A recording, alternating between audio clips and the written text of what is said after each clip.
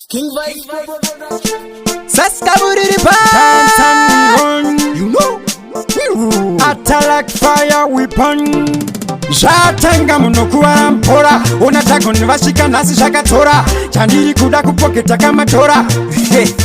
King Vibes tonobatana kanaini December kwawindikoko vamwe muchachema kunopera kwesotakwa nemangemba D40 mawinda nonditemba tonobatana kanaini December kwawindikoko vamwe muchachema kunopera kutakwa kwese nemangemba D40 mawinda nonditemba ndakakutipendo kubvisai madress kana mukasasimba pakunyora zvimavhesi ucha bless no man case mawindi pari zvino isusu hatina mesi andichada jesi ndakuda title musati mandisiva muchaona bioscope saska muriri bati ndine ndiri patop mawindi to the fullest in non-stop tonobatana kanaini December kwawindikoko vamwe muchachema kunopera kwesotakwa nemangemba D40 mawinda nonditemba tonobatana kanaini December kwawindikoko vamwe muchachema kunopera kutakwa kwese nemangemba D40 mawinda nonditemba chatinira ingoma musabate amburela inzwa mururu murito mavuvuzela ndakuda vakuru ndakapedza nevezera King Vibes vaudze kuti ndovachoredzera no matter how them try mawindi to the fullest tisu tine gani takuregedzera bullet D40 mawindi ndokudeport takuregedzera ngoma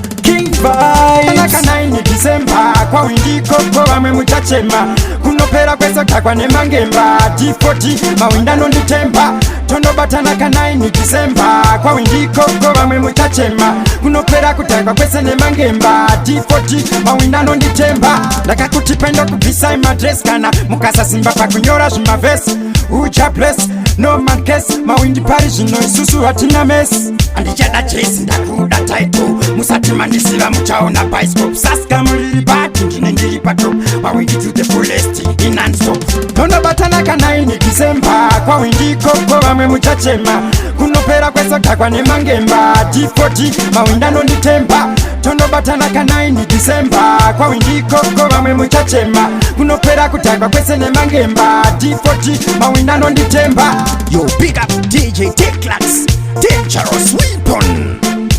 Yo, Big Valley.